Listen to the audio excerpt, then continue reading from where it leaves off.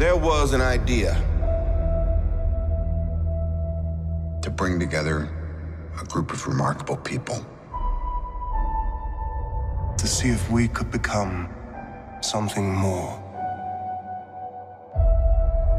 So when they needed us, we could fight the battles that they never could.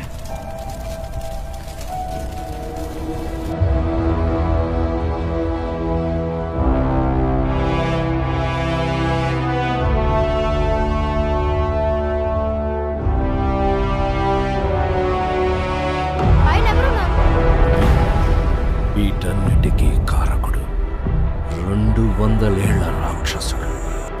అతని పేరేంటో మళ్ళీ చెప్పు. Supreme యాస్కిన్.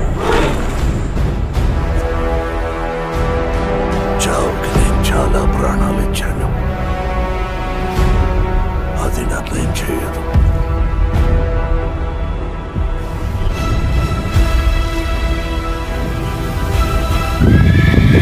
ఎన్ని యుగాలైనా ఎన్ని అవకాశాలు ఇచ్చినా మనిషి మారలేడు.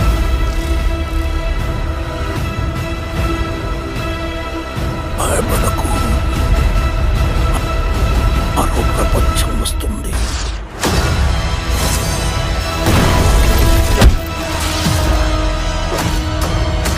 కలియుగం వస్తుంది, కలి వస్తున్నాడు. అధర్మం పెరిగిపోయి ప్రపంచమంతా చీకటైనప్పుడు నేను మళ్ళీ ఒక అవతారం ఎత్తాలి. జగన్నాథ రథ చక్రాలు వస్తున్నాయి. ఇక వెలుగు వచ్చే సమయం.